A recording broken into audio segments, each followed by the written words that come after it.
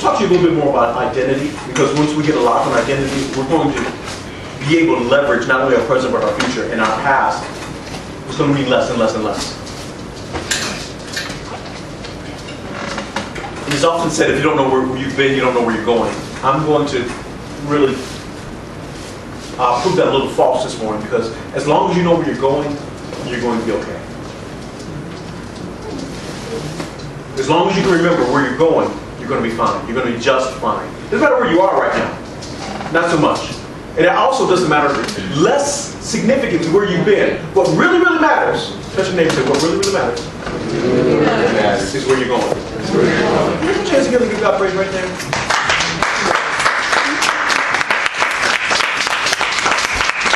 I know that doesn't feel much like a praise break, and it doesn't really feel much like something that resounding makes you want to just break forth in the dance, but I'm going to show you why that's so significant. So hopefully by the end of this argument, by the end of this message, you will feel excited about where you're going, and you will realize that it doesn't matter where I am, it doesn't matter where I've been, all that matters is where I'm going.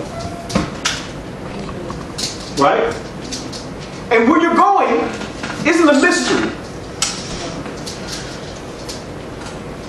Where you're going isn't an unknown. Where you are going is so known that where you're going was your goal before there was a you.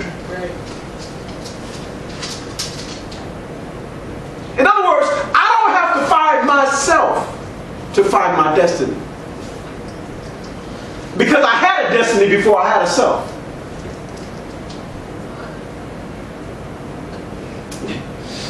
Thank you, Cameron. Cameron was like, Papa, you just, oh wait, I just got that one. I felt you when you got it. We talked last week about our lives being hidden literally in God. Right? We talked last week about all that we are, the definition, everything that we haven't lost ourselves. Our loss has been tucked away inside of God. And when you find God, you find life. If you don't find God, you don't find life.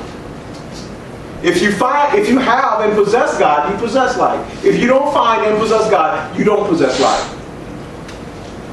Somebody say amen. Amen. He that hath the Son hath life. He that hath not the Son hath not life. My life, your life, our lives are hidden. You remember the scripture last week? I don't need to go back there, do I?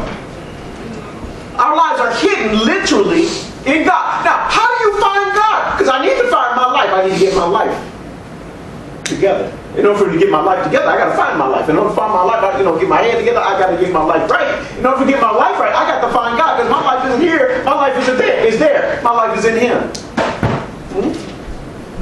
You with me? But how do I find God when God is invisible? Are there special glasses that I put on? Like, wait. There He is. I can see God.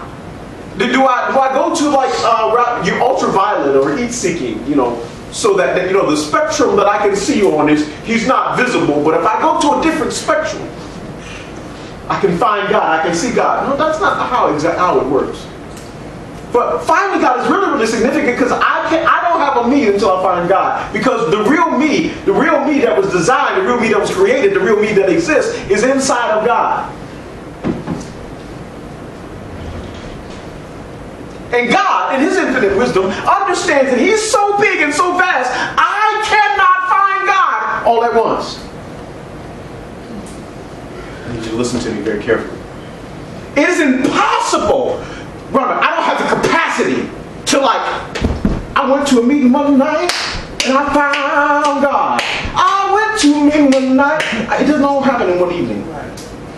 What can happen, like my wife, I can be introduced to God. But I don't know who God is just because I just met Him. I just introduced, I met my wife one day. I didn't know her. I still don't. Listen, you ask any man, it will take your entire life and then some to figure out who your wife is. Amen. You can know enough to marry her. You can know enough to make a decision.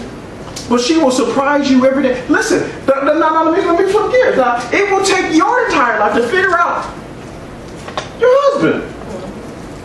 I mean, you might have been married 10, 15, 20, 30, 50 years, and he's still making you scratch your head. I don't understand that man. I just don't get it. Listen, there will be things about your spouse. There will be things about your mate. There will be things, your husband, your wife, that you will never, help me say never. Never. That doesn't mean that you don't stay married because you don't understand. Listen, look at God. Look at God. Look at God. His ways are past finding out. There are things about God that you will always scratch your head about. You will never, who can know the mind of God? Y'all won't help me. I'm trying to give you some context. I can't figure God out. Good, because you won't. Let me not set yourself up for disappointment, because you will never, can we say never? You will never figure God out. The best you can do is get in a relationship with a man that you don't understand. That's God. Because understanding is not a prerequisite for salvation. Right. Okay. See, I thought I was in the right church, is this the right group? Are y'all with me? Yes. Because I like to preach like this, and I need to go further and deeper. But if I got the wrong group, y'all let me know, so I can just sit down and keep it simple. You know, ABC 1 through 3. You know, name it, claim it, grab it, blab it. That's not us. We need to go deeper. Who God is past finding out. What we love is the journey of discovery. And if we're poignant, and if we're consistent, and if we're intentional, what we will do every day is seek the Lord while he may be found. Call upon him while he's near. Let the wicked forsake his way. I don't want to do that no more because I'm on another path. You see, I stopped being on the trajectory that I was on my way down, and I'm now on my way up. I'm not up yet, but I'm on my way. Can someone put their hands together and give God praise before I lose my mind here? I don't want to be the only one. I'm on my way. And it's not about, I'm not where I used to be, but thank God I'm not. Listen, it's not about your past. It's not about your present. It's where you're going. It's about making forward progress. Not being where you were not 10 years ago. You're not where you were 10 seconds ago, because you are constantly growing and maturing in God. I'm not growing up, because whether I grow up or not doesn't make a dime's worth of difference. The older I get, the grayer I get. I'm still me. I just look a little different. The older I get, the harder it is. My knees and the cartilage. Sometimes when I walk, I didn't always do that, but I do it now. See, just live a little. Just stick around a little bit, and you'll do it too. Listen, it is not about your personal growth and development. It's about your spiritual maturity, because that's all that matters. Where you are, what you see, I don't want to get too far. I'm trying to live. I'm going somewhere. Who you are, what you see in the mirror, means very, very little. I used to be 200 pounds. And I lost weight. Some would say I look better. Sometimes I feel better. That doesn't make me better. That's right. Because if I speak in the tongues of men and angels and I don't have charity, it doesn't mean nothing. It profits me nothing. I'm like a sounding brass and a tinkling cymbal. I'm just somewhere making noise.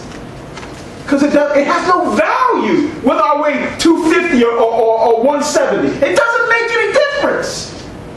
If I don't know how to treat my neighbor, if I don't know how to express to mankind who God is, I can be a skinny devil or a fat devil.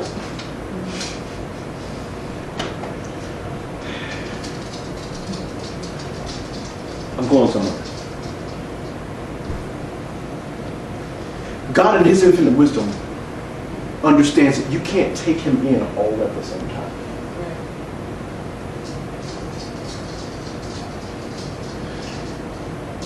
Moses said, God, I want to know you. I want to see you. I want to experience you. God said, here's what I'm going to do. I want you to go to the mountain. And I want you to get to the cleft of the rock. And I'm going to pass by you. I get dizzy every time I think about this. It's so crazy. No man has seen God and lived, but what he allowed Moses to do is to stand in the little crevice of the rock. He says, I'm going to take my hand and I'm going to put it over you. And I'm going to walk by. And when I walk by, I'm going to remove my hand. And what you will begin to experience is the air and the environment around me passing by. Now, I don't have legs and arms, but I'm going to simulate me walking. Because God can do that for us. He's going to simulate an experience that we can connect to, and that's not even him. But his simulation in its fullness will kill you if you took it in all at the same time. It's just too much and too wonderful. You would just die. Literally. God walked by. Moses said, I ain't gonna never ask you that no more. It was so wonderful. I can't even explain it. Nobody can understand. Nobody would connect. Nobody can relate to what just happened to me. But it just happened. So for the rest of my days, what I'm going to do is I'm going to act on the reality of the realness of God that I've experienced. And that's what God wants each and every one of you to do. God wants you to act and to move on the reality of who you know him to be thus far. No more, no less. Addison's 10, well, she's experienced God. She hasn't had the experience of God that I've had, but what God expects from her is to move and to act and to speak and to think and to sing and to dance like she knows God in her 10 years worth of experience. And to whom much is given, you might have known God a little more than 10 years. But to whom much is given, much is required. In other words, God expects more from Anthony than he does from Addison. And Rhonda ought to walk through and proclaim with her presence and her personality and her experience, not where she's been, but the knowledge of God should conform her decisions. So she doesn't make the decisions of a 10-year-old. She makes the decisions of a person that's been walking with God for a few years. Are you listening? Here's what God does.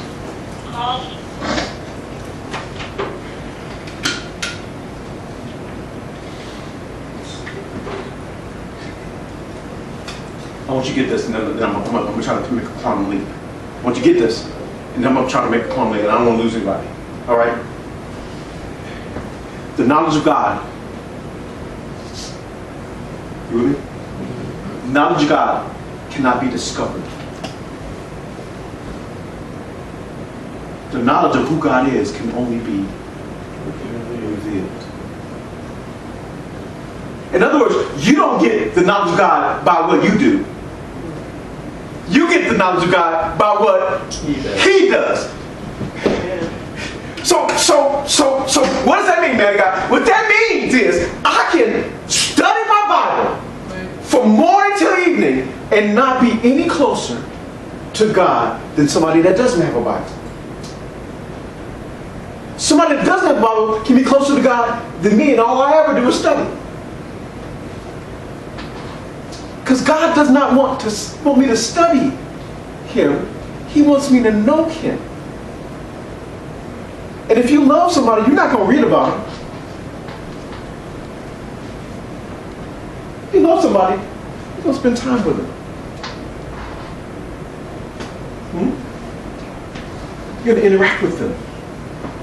And that's, my dears and sirs, how we get to know God based on His revelation to us. Not by our interaction with things.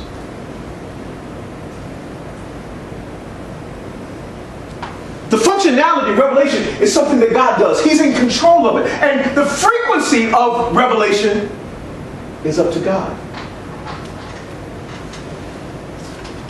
That is to say, what did you do with the last revelation that he gave you? Because that's going to be determinant about the next revelation that you're going to get.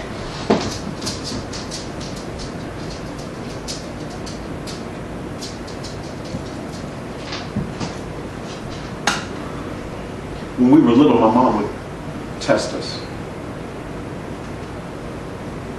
I'm sure you remember these things. Sometimes my mom would give us like a quarter or a little piece of money, $1 or something like that. And we'd be all excited that we got money in our hand. And we want to spend it, we want to spend it. And she would watch to see what we spent it on.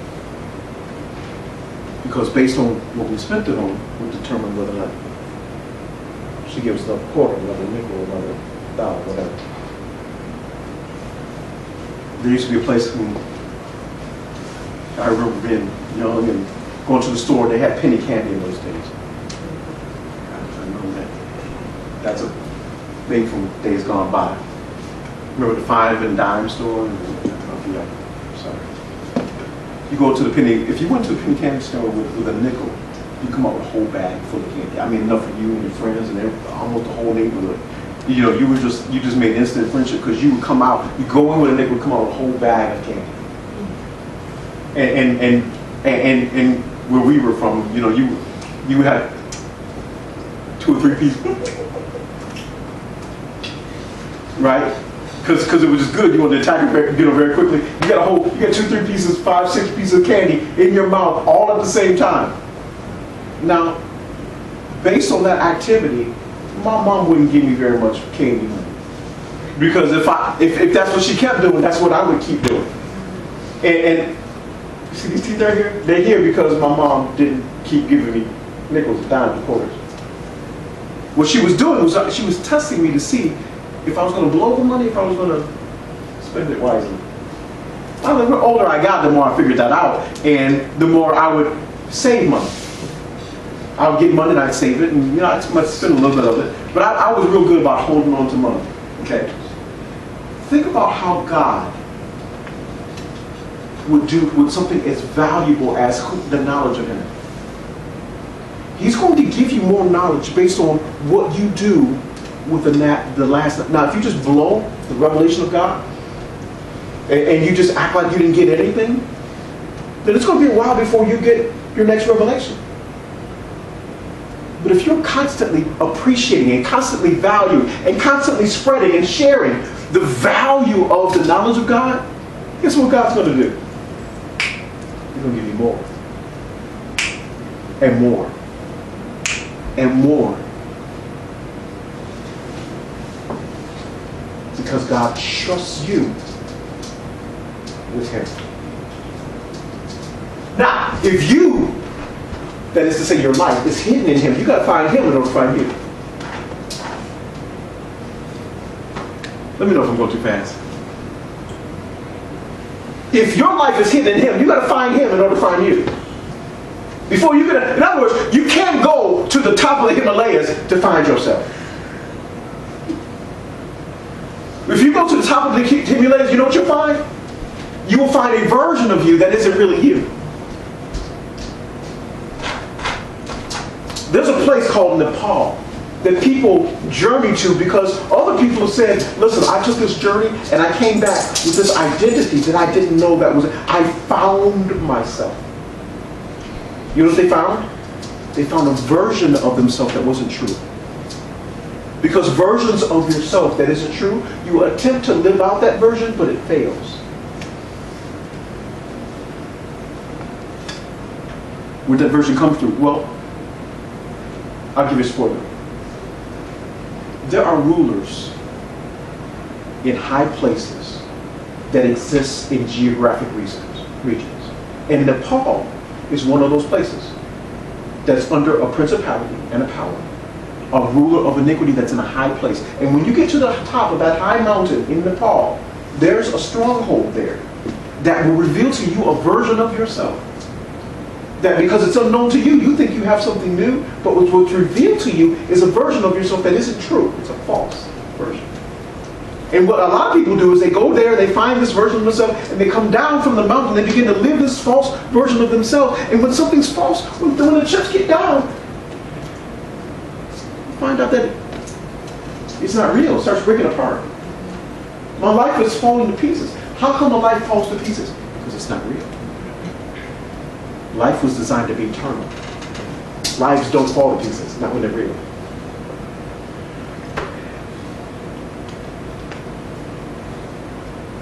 God reveals himself so that you can find yourself.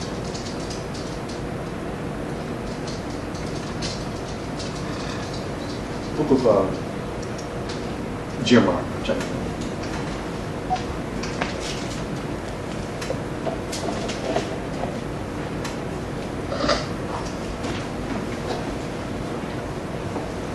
How we doing, Chris?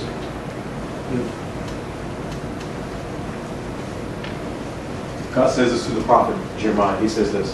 We don't relate this because this isn't for everybody. But I need you to understand that we all have a starting point. Chapter 8. Correct. Is it chapter 8? Chapter number 1. God told Jeremiah, listen to the part. God says, before I formed thee in the belly. What belly? Your mom's belly. Before your mom was pregnant with you, I knew thee. How can God know me before I'm born? Because your identity is not locked into your physicality. Your identity is not locked into what you see every day. Your identity has nothing to do with the clothes that you put on your body, because it has nothing to do with your body. Your identity has nothing to do with what's inside of you. Who you are was before what you see. Who you are, that is to say your identity, your true identity was in existence before physically you showed up. There was something of you to know before there was a you to see. Are you with me? Before thou camest forth out of the womb, I sanctified thee. You were sanctified, not after the sin that you did, but before. In other words, your initial starting point, your place of origin is sanctification. But we were all born into sin. Yes, you were born into sin, but you didn't come from sin. You came from sanctification. So if there's a reset button, you know, if you take your computer and hit reset and it goes back to the factory preset, your factory preset is saved. Sanctified. Are you listening? Can you put your hands together? I'm just hoping somebody sees something here. God said, not only did I sanctify you, but I ordained you. Before you had a body, you were ordained. You had a destiny before you had a body. You were going someplace before you had feet. Okay. That's a little much for some people. But we're going someplace. Stop looking back, because God designed you to go forward. God designed you to reach a destination. God designed you to do a will that you're not even familiar with yet.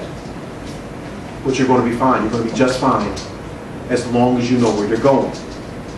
Give me the book of 1 Corinthians 13.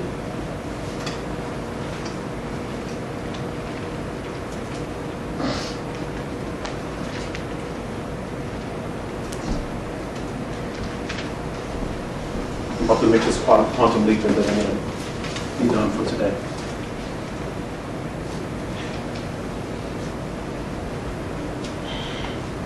Somebody told us. Somebody defined us. Somebody gave us the definition of us. That who we are, who I am, is what I've done. Perish the thought. That's messed up. I don't want to be who I've done. I'm trying to get rid of the thoughts. I'm trying to erase my past. I want God to throw it into the sea of forgiveness and remember it no more. Because I have flashbacks of things that I've done. Sin has a way of coming back around in our minds and making us feel like less than who we are. But who you are is who God made you to be. And who God made you to be was existed before you were born. Who you are is only known by God alone.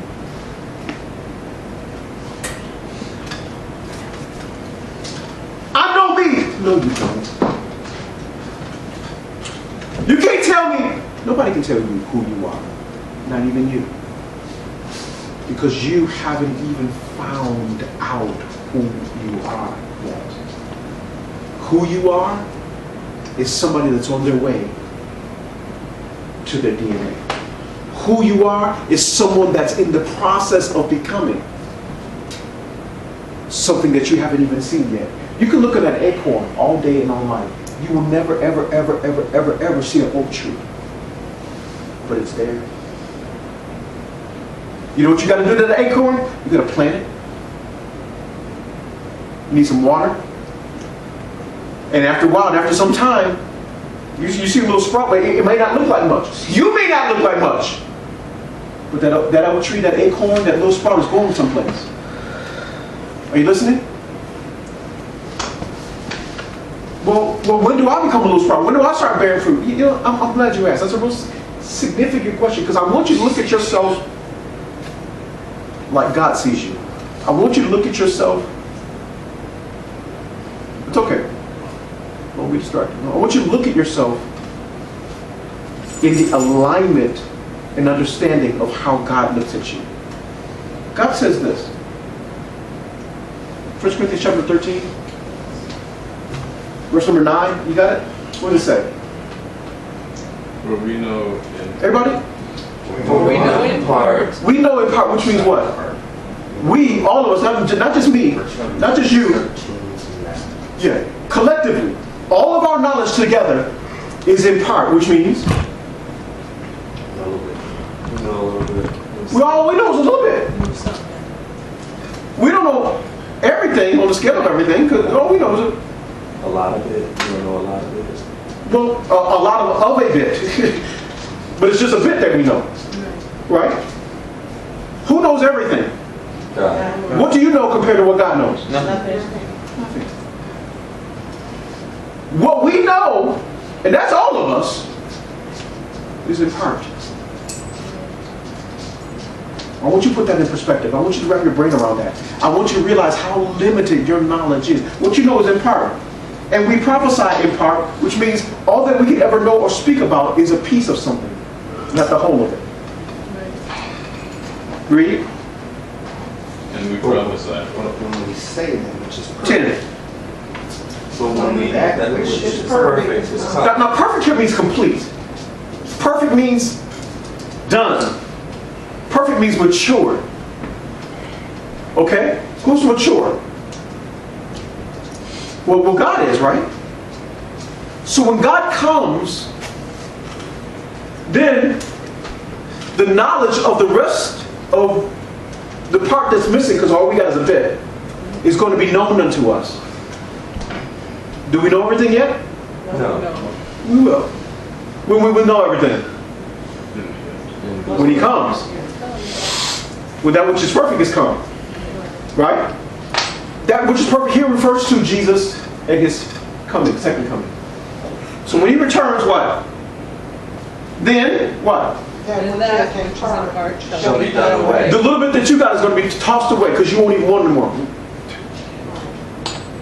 It will have no value because you won't have access to everything. You don't have access to everything right now. What you have access to is a... Watch this.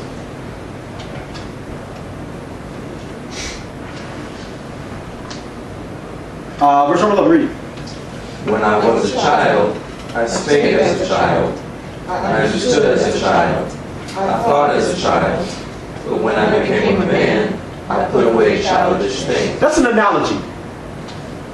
He's trying to give you an understanding based on, words and terms and things like that. Do you understand? Remember being a kid and you like Power Rangers? Yes.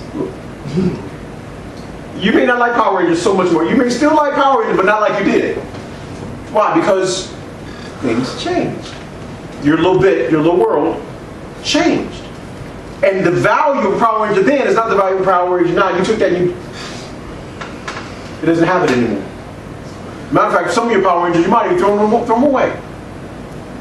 Because at the time they were good, but now they're not good to you anymore. Are you with me? You put away childish things.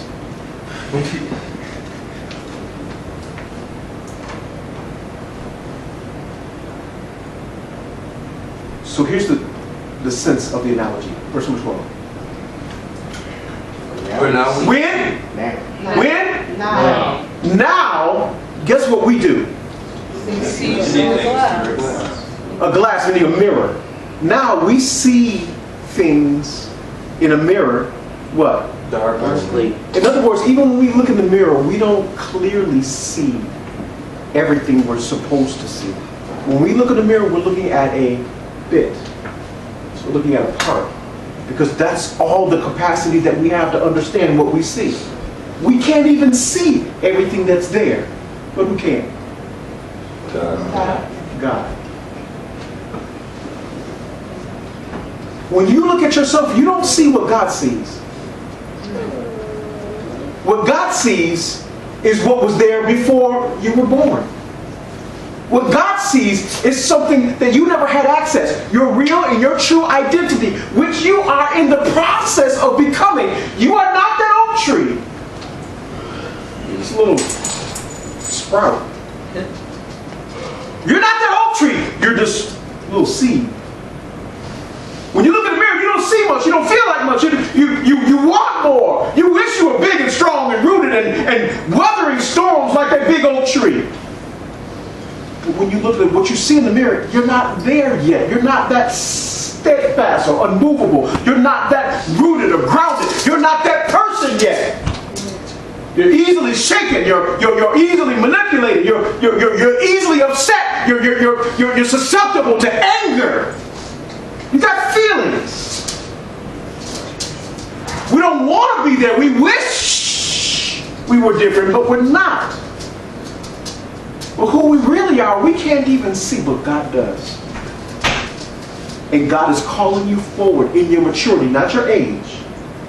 In your maturity, not your biology, but your spirituality. That is to say, He wants you to get closer to Him so He can reveal Himself to you. So in so doing, you find out more about who you are.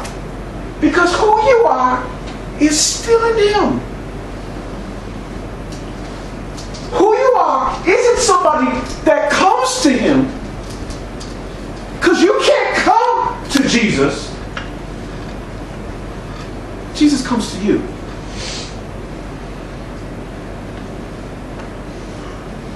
You can't find yourself. Who you are is revealed as a function of God's revelation of Himself.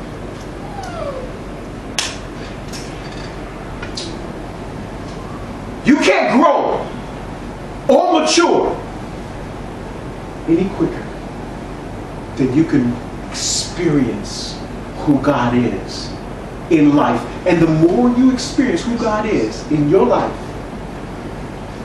the more you develops. The more of you is encapsulated. The more of you is revealed as God reveals Himself. You can't take something that is already God's and fix it so that God can receive it. You know, I'm going to go fix my life so I can go to church. Or I'm going to go fix my habits. Or as soon as I get myself right. That's such a backwards way of understanding what God has already done. You can't fix what God has already made. All you can do is get to the place of understanding that who God is shows you what happens next for you. Who who God is, the revelation of God, helps you to grow and to mature and develop into what He's already made you to be. That acorn has nothing to do to change its acornness to become an oak tree. All that acorn needs to do is to be buried. And in the death that Jesus died, when He died, the newness of life began. When He died, had He not died, He never would have been raised. So our life in the flesh is insignificant. But who we are in the Spirit is all that matters. So your past, let it die. Let it be past. Your present, let your present, don't get so attached to it. Because I'm not living to live here better. I'm living to keep on living with Him. So that through Him and in Him and with Him, I have life. My life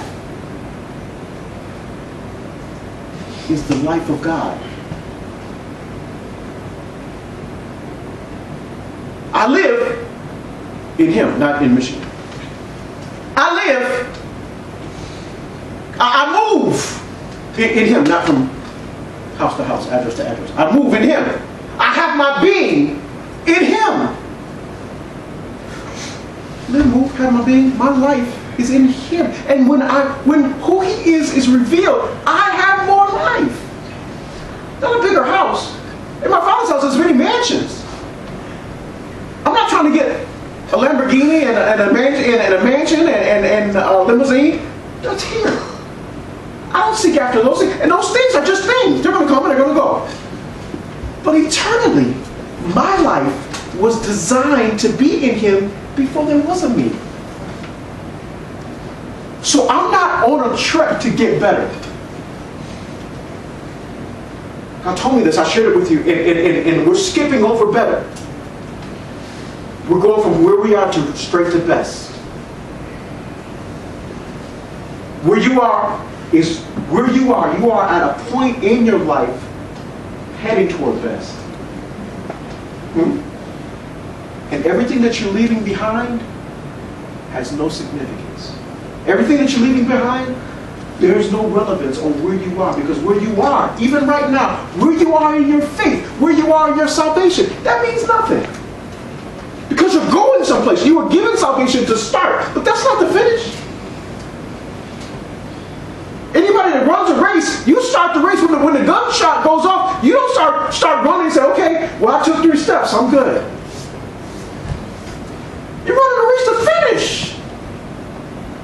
Every race has a beginning and an end, and your end is not here. Your end is not here. Who you are doesn't stop with what you see in the mirror.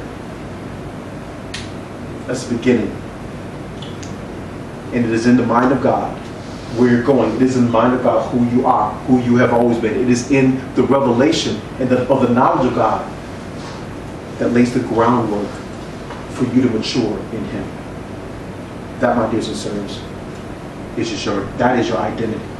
It's not your shoe size that defines you. It's not your dress size or your waist size that defines you.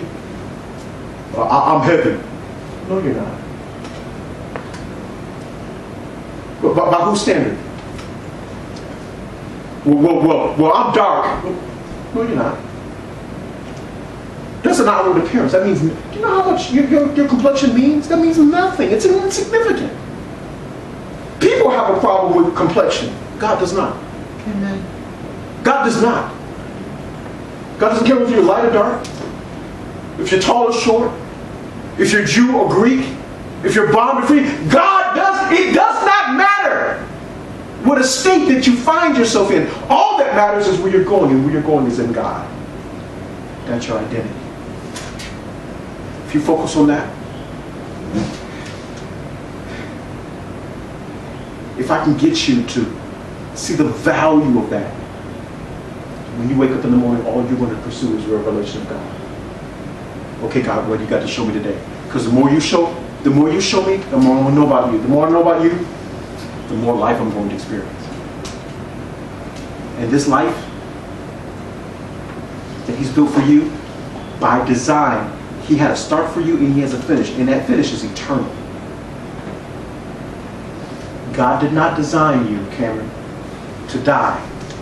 God designed you, to live. The only way we die is if we choose to. Because by design, when we started, he had a finish in mind. And that finish is with him.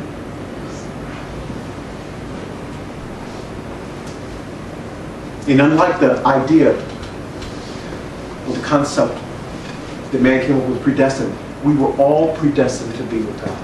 All of us. It's not some of us were designed to live and some of us were designed to die. We were all designed to live. The Bible says all souls are mine. But the souls that choose to sin, that's up to them. That's not what I want them to do. That's not the choice I want them to take. But this mission, should you choose to accept, is a mission of life. That's your identity. That's your kid's identity. That's your co-workers. I know they smell awful. I know they talk awful. But it's God's desire that everybody lives. That's God's desire. Somebody wants to lose, that's up to them. But don't get distracted by the losers. Don't get distracted by the haters. Don't get distracted by those that treat revelation like it is of no value. Keep your face turned toward what you've experienced. I know that God is. I know that he's a rewarder of them that diligently seek him. So early in the morning, I'm going to seek his face.